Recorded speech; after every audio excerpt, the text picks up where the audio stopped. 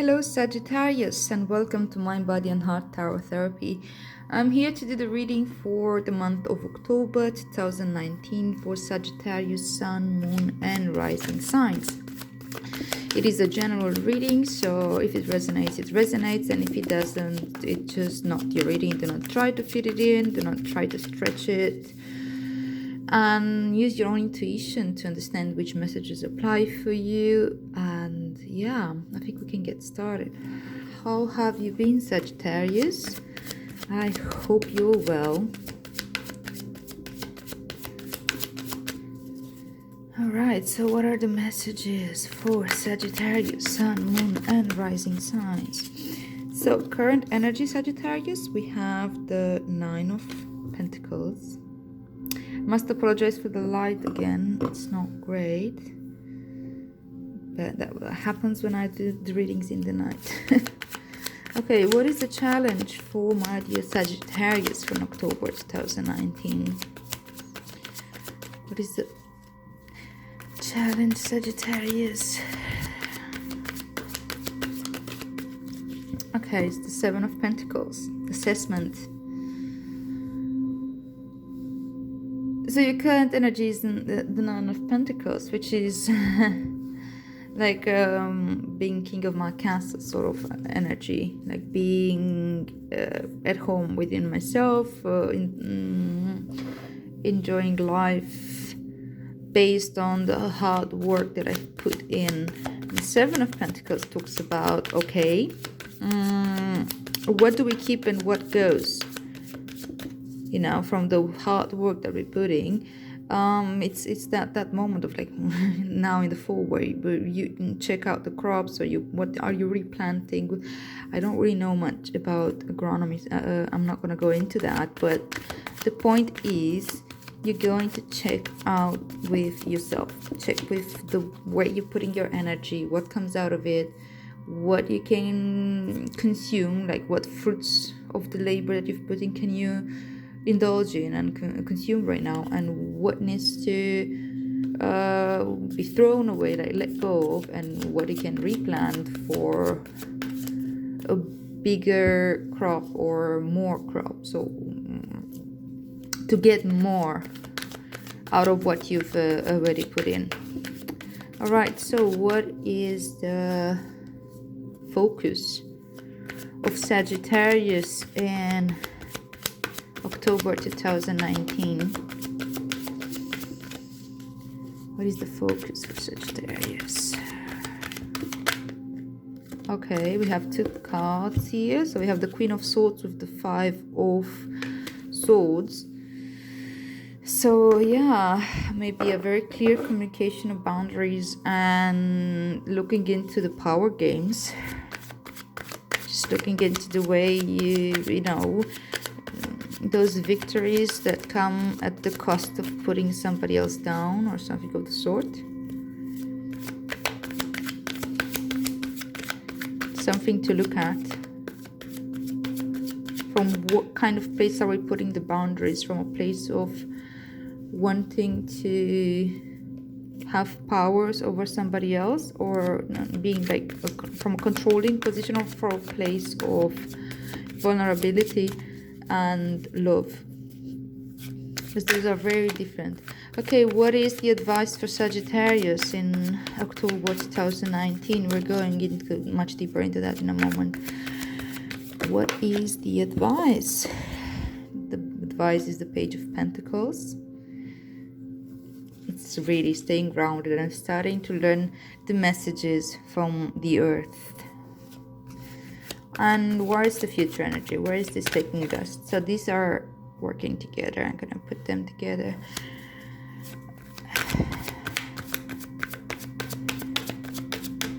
So what's this all for? Where is this going?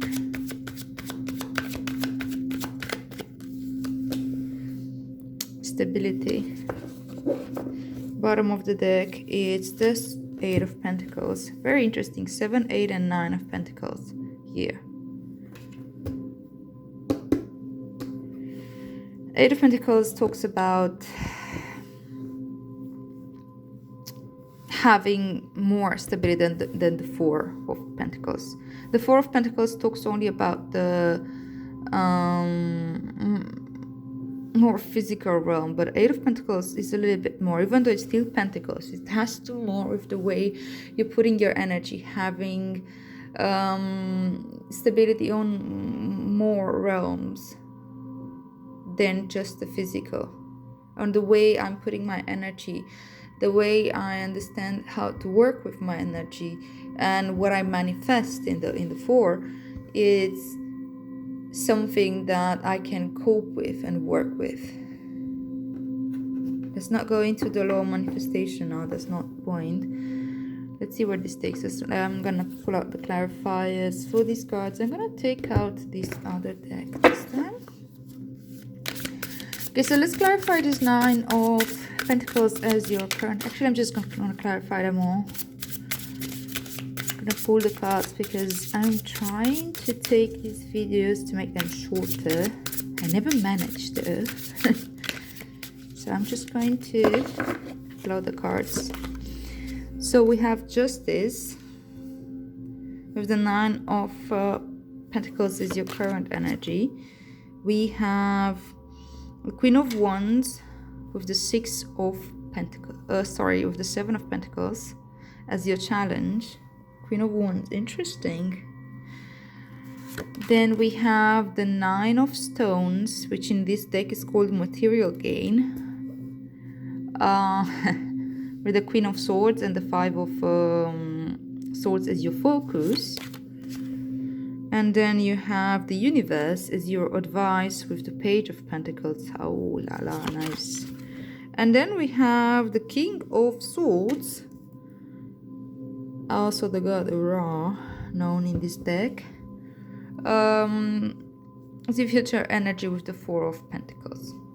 Okay, and bottom of the deck we have the Ten of Swords with the Eight of Pentacles. I'm just going to put them down here because apparently if I bring them up, there's this weird shadow that's not really helping. So I'm just going to try to make it as clear and visible as possible, my dears. Alright, so there we go. Eight of Pentacles with the Ten of Swords as your underlying energy. So this is the theme of your reading pretty much. And the Ten of Swords in this deck is called Ruin. But you know, it's like, if you think about destruction and creation, they are both necessary parts of the way the universe works.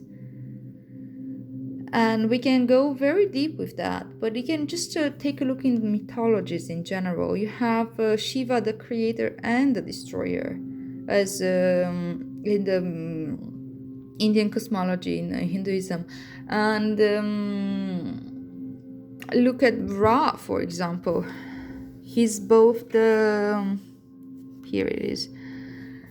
The sun in general is like it helps grow everything. Without the sun we can't live, but it can literally burn and scorch everything as well, so it can also destroy. But my point is that they're both necessary in evolution, and in personal evolution is just as well. When we're focused on our personal growth and on our healing, we can only do that by allowing parts of ourselves to be to go. In the traditional deck, in the weight deck, and I don't know why I call it traditional, just traditional for me, let's put it this way, because I've been using it more. You have a person lying dead next to a river with a sunrise coming, and that means part of the self to die, part of the ego. It's not the self that dies. The self is ever changing. The self is not as coherent and as clear as we think it is. But that's the whole point. Alright, the music stopped. At some point it might come back again. It looks like I have some connection problems. Sorry about that. The point is that with the Ten of Swords, we're letting go. We're literally allowing to shed off a skin. That's what it means. We ruin something. We allow something to fall apart, the way we see ourselves, the way we identify with a certain aspect of ourselves. We tend to think of ourselves in very simple ways sometimes, way too simplistic.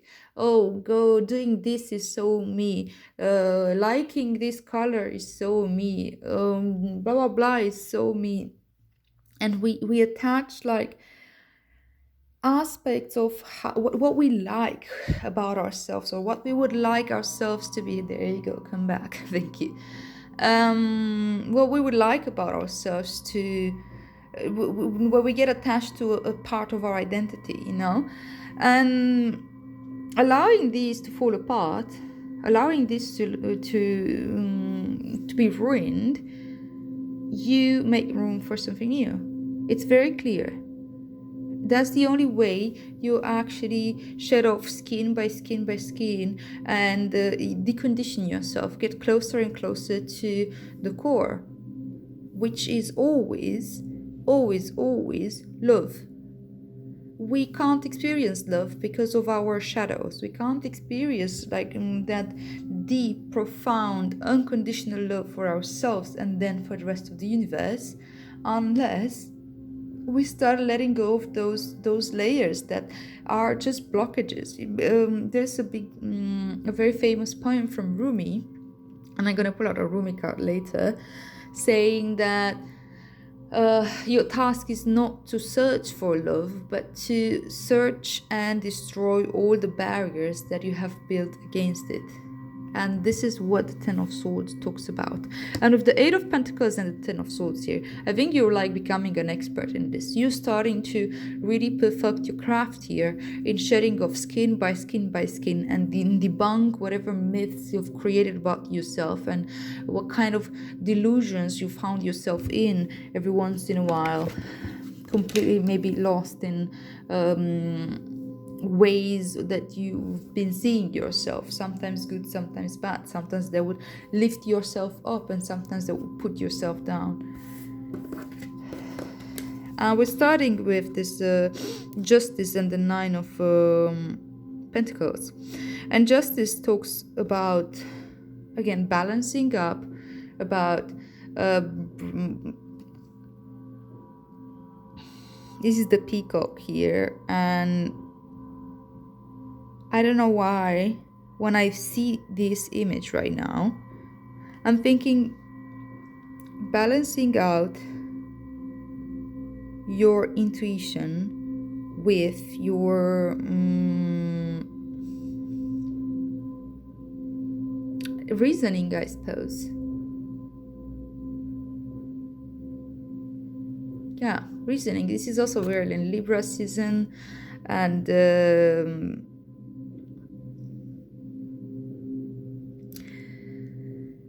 balancing out your intuition and your reasoning. What do you make out of your do you understand your intuition? Do you know how to read it? Do you know how to decode it? How well do you know yourself? Can you differentiate between fear and intuition? Can you differentiate between instinct and intuition? They're very different. Instinct is, we have survival instincts, and instinct is what it comes from our animal body, from our primitive part of our brain, from the our central nervous system and our reptilian brain telling us to, okay, now it's time to act or react in a certain way, and then we secrete certain kind of hormones to put it in fight and flight or whatever response is necessary when we feel threatened, but it's based on fear. Intuition is not based on fear. Intuition is based on our center, being centered in that love that we spoke about earlier, being rooted and connected with the earth, with all humanity, and not thinking as a separate self, but thinking as the part of the whole. I am a cell of this organism. So it is like reasoning and your intuition need to be aligned here, and need to use your mind for this quality as the observer. engage the observing mind and learn about, investigate and learn how to discern intuition from instinct. And the Nine of Pentacles here, I think it talks about, like, taming your wild side, your darker aspects, just much like this woman had tamed this bird here. She got where she is because she worked really hard and because she worked with herself. Well, this is a little bit aggressive in my perspective, having this bird being tamed in this way. Birds are tamed, having, like, being blindfolded and stuff. But in her case, in order to be where she is right now, this was necessary for her. She will evolve, she'll go to that Ten of Swords. She will be called for to grow out of this comfort zone that she's creating for herself. But for the time being, she needs discomfort.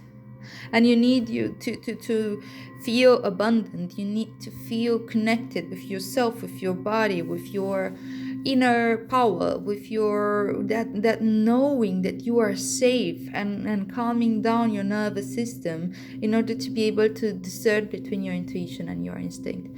Okay, and then we have the Seven of Pentacles and the Queen of Wands as your challenge. And of course, like, the Seven of Pentacles needs discernment here. You really need to be able to tell what is good for you and what isn't. Well, how do you know what is good for you? Alan Watts has a really, really good talk about this. Like, how do we know what is good for ourselves? We keep wanting to change. We want to change this or that and that about ourselves. But change into what? Isn't that like craving? In Buddhism, the saying that craving is at the base of all suffering. That's it, craving. That is why we all suffer, because of craving, and everything else is derived from that. So think about this. How do you even know what is good for you? You won't know that based on fear. You won't know that with your ego mind. This is why, like, you gotta let some of that egoic constructs fall apart in order to free yourself from those beliefs that limit the shit out of you. And once you are able to do that, you're connected to the self, you're connected to the universal consciousness, you're connected to the heart, you're connected to the core of the earth, and understand that you are part of a whole, and that you're not alone, you're not separated, you're not persecuted, you're not the victim, and you're not an abuser, you're none of that. You are part of a whole. Then you function in a completely different place. And that's when you know what you gotta do. That's when you know what's good for you and what's not. That's when you know what's poison and what's nourishing. And with the Queen of Wands here, which is called Mother of Wands in the East, in this deck, talks about Kali. To be honest, I don't know a lot about Kali, so I can't really get into that cosmology. But I will relate to the Queen of Wands, the archetype of the Queen of Wands in tarot in general.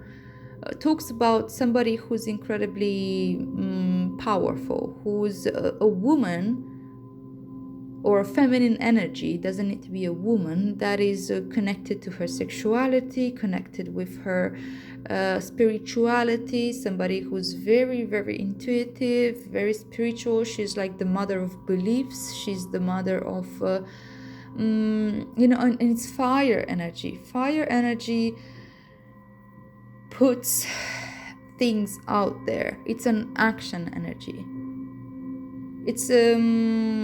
It helps things transform. And you, Sagittarius, it's part of your archetype, actually. The tarot card for Sagittarius, Temperance, which is the alchemist, which transforms. That who transforms. So, yeah. Get into your body, let go a little bit of the mind, connect to your intuition. Learn how to discern, learn how to understand what's really good for you, but not from the place of the mind, but from the place of your intuition and connection with the self, from full presence. And to be able to do this, oh my god, it's going to be long reading again. To be able to do this, you can look at, again, it's 9 of Pentacles again, and it's the same card, only here it's called material gain.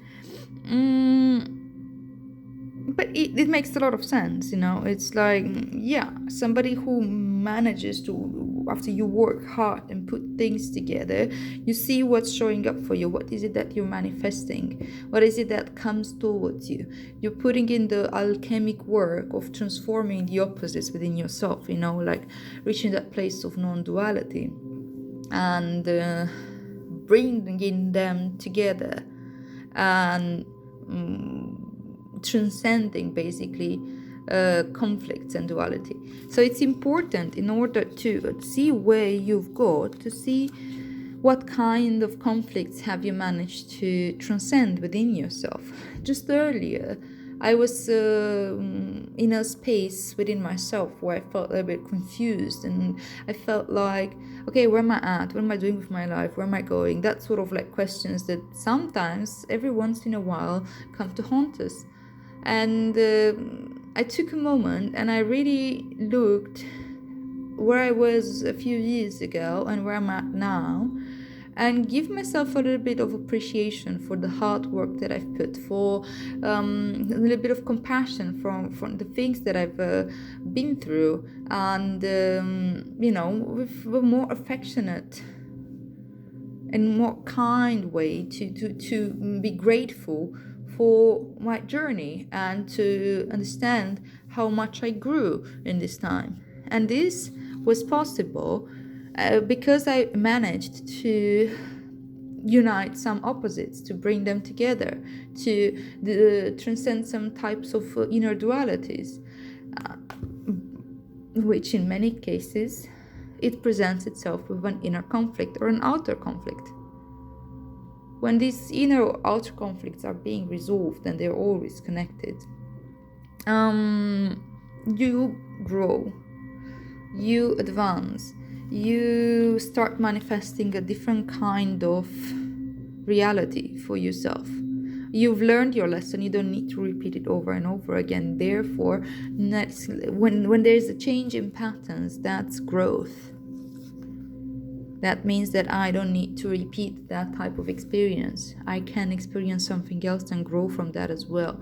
And we'll go through the same cycle of finding what are the dualities, what are the two opposites, and bring them together. That's the journey. Be honest with yourself. The Queen of Swords is if anything, she's honest, she's like the most honest of all the characters here. Sometimes a bit blunt, sometimes a bit harsh, but very, very honest.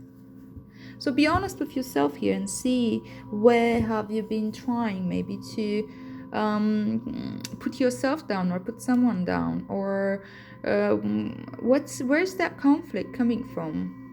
Who's against who? And you can look outside of yourself if you want, and inspire yourself and understand, like by mirroring a little bit. Okay, so this person annoys the shit out of me because it reminds me of this, and this, and I get triggered in this way, which takes me back to this original wound, and so on and so on and so on. You're able to work with this because you're grounded. You're able to see this. You're able to, instead of like going and respond and just react in this conflict in the same way that you're reacting over and over again, by continuing this, like feeding out this how's it called, this dynamics, right? Then you remove yourself from it by not responding in the same way, by finding something different, trying a different path. Don't go on the habitual response. And you can do that by being grounded, being aware, being connected to what is it that you've got a lot of work done. Rely on that work and be honest with yourself and really look where you need to look. And your advice is Page of Pentacles. Again, messages, like the pages are messengers, and the Page of Pentacles talks a lot about the messages that you can find within your body. Sometimes we look out of ourselves for answers, but the answers are within.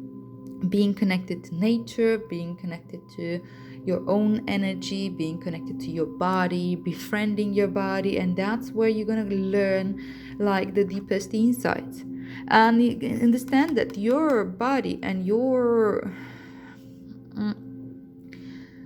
like you have a micro universe within yourself. And I'm seeing here as the universe as well. You have a micro universe within yourself, and which is part of this macro universe. It's this whole is within, so outside. I don't know why it's called without something. Some never mind. Semantics.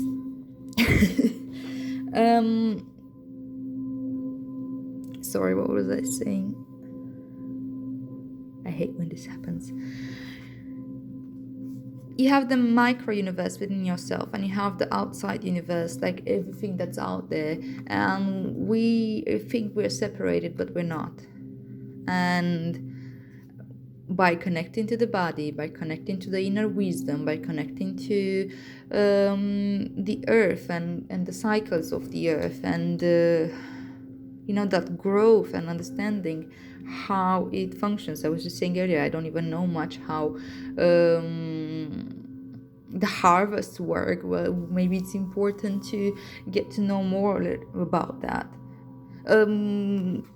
Messages from the earth, like I don't know, from like Native Americans were so connected to the earth and with the animals, and all the animals were spirit messages and so on. Connect in the way that you can, but you'll find your answers within.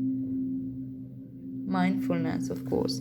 And as you find the answers within, it makes sense on the outside again as well, because they're connected. They have never been separated. That separation is just an illusion. Like in Jungian psychology, he talks about in his model, most of our childhood, we learn how to separate self. We learn to become individuals. We learn to understand ourselves, to create an identity, and so on and so on and so on. And that's the growth process. But then when we're reaching maturity, when we've learned everything that you had to learn, and we had that peak of understanding how we are special, how we are different, how we are unique, then becomes the other process of coming back to the whole, coming back to the universe, coming back to the universal consciousness, and understanding that whatever I thought was myself, it was not the self, it's just an archetype. And I can learn how to not identify with these archetypes anymore and connect. I don't know if that makes sense to you. I'm sorry, I'm actually putting a few more things together, not just the Jungian psychology here now. But never mind. I'm not going to go too much into this. Think just like this. We are part of the whole, but we are also separate.